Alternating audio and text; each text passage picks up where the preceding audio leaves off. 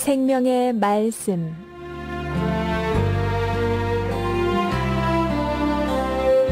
생명의 말씀 매주 수요일 이 시간에는 늘푸른 교회 이장우 목사님께서 말씀 증거하십니다. 은혜의 시간 보내십시오.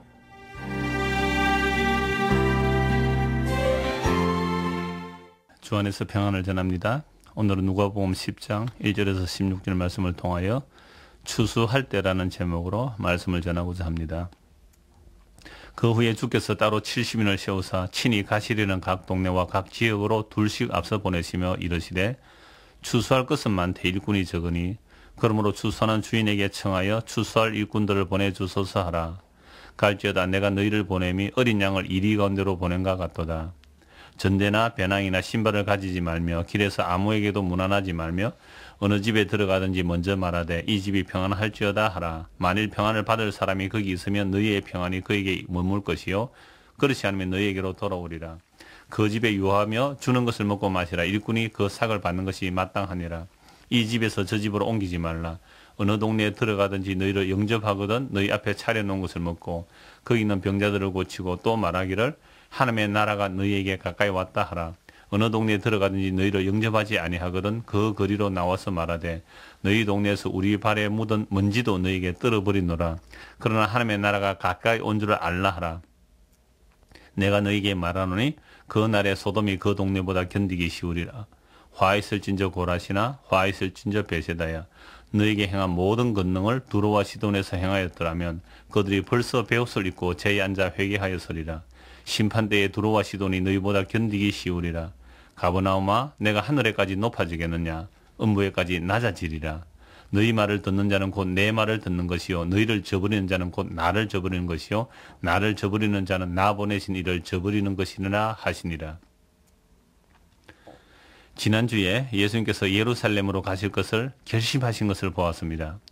예수님께서 예루살렘으로 가시면 그곳에서 고난을 받고 죽으셔야 하시는데 그곳으로 결심하고 가십니다. 그 이유가 무엇입니까? 예수님의 죽으심만이 하나님과 그 아들 사이의 언약이 완성되는 것입니다. 그 언약 완성의 결과로 자기 백성들을 구원으로 이끄시기 위한 것입니다. 그러므로 예수님의 죽으심 외에는 달리 구원의 길이 없는 것입니다. 누가복음 9장 51절에서 19장까지 예수님께서 예루살렘으로 가시는 여정을 그리고 있습니다. 몰트만이라는 신학자는 예수 그리스도의 길이라는 책의 서문에서 왜 이런 제목을 붙였는지 이렇게 말합니다.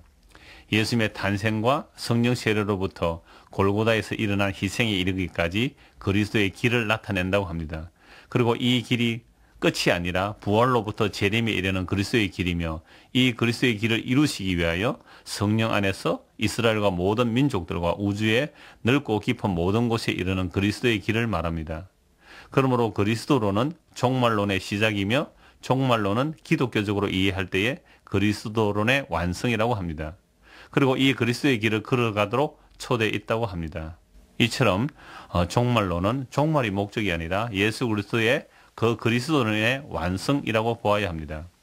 우리가 예수님을 믿는다는 것은 예수 그리스도의 영이 임하여야 믿게 됩니다.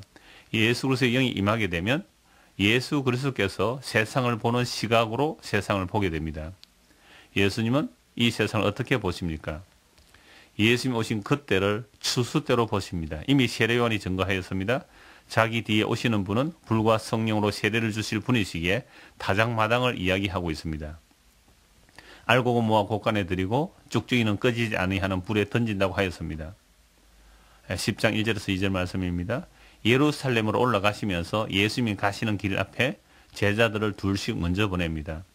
12명의 제자만이 아니라 70명의 제자가 나오고 있습니다. 이 제자들이 예수님이 친히 가시려는 각 동, 각 처에 앞서 보내십니다. 일종의 전령입니다. 그들을 보내시면서 추수할 것은 많지만 추수할 일꾼이 적으니 주인에게 청하여 추수할 일꾼을 보내주시도록 요청하라고 합니다. 예수님 오신 그때부터 이미 추수 때라는 말씀입니다. 요한복음 4장 35절에서 38절에 이런 말씀이 있습니다. 너희가 넉 달이 지나야 추수할 때가 이르겠다고 하지 아니하느냐? 내가 너희에게 이르노니 눈을 들어 밭을 보라 휘어져 추수하게 되었도다. 거두는 자가 이미 삭도 받고 영생에 이르는 열매를 모아나니 이는 뿌리는 자와 거두는 자가 함께 즐거워하게 하려 함이니라. 그런즉 한 사람이 심고 다른 사람이 거둔다 하는 말이 옳도다. 내가 너희로 노력지 아니한 것을 그들로 보내었노니 다른 사람들은 노력하였고 너희는 그들의 노력한 것에 참여하였느니라. 추수하는 일은 즐거운 일입니다. 농사를 다른 사람이 지어 놓아도 그 농사 지은 것을 함께 거두어들이면 그 얼마나 기쁜 일이겠습니까? 그 즐거움이 예수님께서 70명의 제자들을 참여시키는 것입니다. 그런데 이 영적인 추수를 하려고 보내는 제자들에게 어떻게 말씀합니까? 본문 3절에서 4절에서 보면 어린 양을 이리 가운데 보낸다고 합니다. 양이 이리 가운데 가면 잡아먹힙니다. 그런데 그것을 알면서도 예수님은 양 같은 제자들에게 아무런 무기를 들려주지 않습니다. 전대나 주머니나 여유의 신발도 가져가지 못하게 합니다. 그러면 어떻게 살라는 것입니까? 7절을 보시면 복음을 전하고 그 복음을 받아들인 집에서 숙식을 해결하여 주면 그곳에서 유하고 먹으라고 합니다.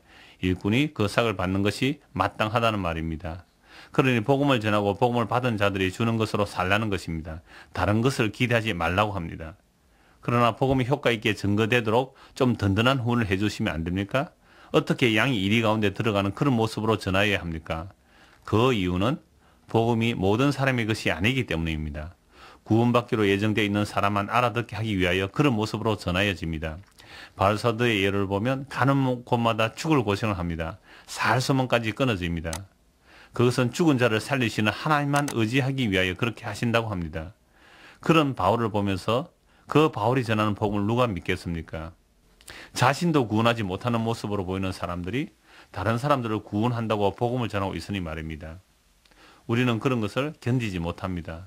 그러나 예수님께서 십자가에서 어떤 조롱을 당하셨습니까? 사람들이 예수님께서 말하기를 십자가에서 내려와 보라. 그러면 우리가 믿겠다. 그렇게 조롱했습니다. 너 자신도 구원하지 못하면서 어떻게 남을 구원하느냐고 십자가에 달려 한 강도도 조롱했습니다. 이런 모습이 그리스도의 영이 임한 제자들에게도 그대로 적용이 됩니다. 그러나 놀라운 일이 일어납니다.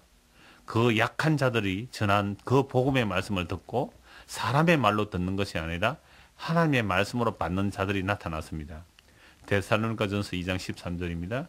이러므로 우리가 하나님께 쉬지 않고 감사함은 너희가 우리에게 들은 바 하나님의 말씀을 받을 때에 사람의 말로 아니하고 하나님의 말씀으로 받음이니 진실로 그러하다. 이 말씀이 또한 너희 믿는 자 속에서 역사하느니라. 바울사도가 복음을 전하는 모습은 고난과 능욕을 당하는 모습이었습니다. 물론 기적들도 나타났지만 늘 나타난 것이 아닙니다. 가면 갈수록 죽을 고생을 하는 모습으로 나타납니다. 육체적으로도 연약하여 시험에 들 만한 요소가 그 몸에 있는 사람입니다. 그런 약한 사람이 전하는 말을 사람의 말로 듣는 것이 아니라 하나님의 말씀으로 받는 자들이 나오고 있습니다. 그들은 바울을 위하여 눈이라도 빼어주려 하였고 목숨이라도 내어놓으려고 한 사람들입니다. 이것은 바로 하나님의 말씀이 살아 역사하기 때문에 이러합니다. 그러므로 미련하고 어리석은 그 십자가의 복음을 전하여야 전도입니다.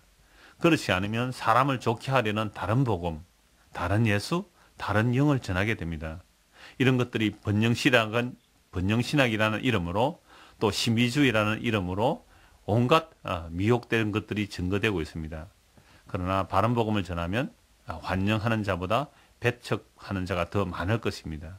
십자가에서 죽는 길이 예수님을 따르는 길이라고 하는 것을 누가 환영하겠습니까? 그런데 이런 복음을 배척하는 것은 결국 심판을 자초하는 것입니다. 그러므로 11절을 보시면 그 발의 먼지도 털어버리라고 합니다. 이것은 무서운 심판의 말씀입니다. 복음이란 심판이 있기에 복음입니다. 그런데 평화의 소식을 전하는 자들을 보고서 배척한 것은 곧 누구를 배척한 것입니까?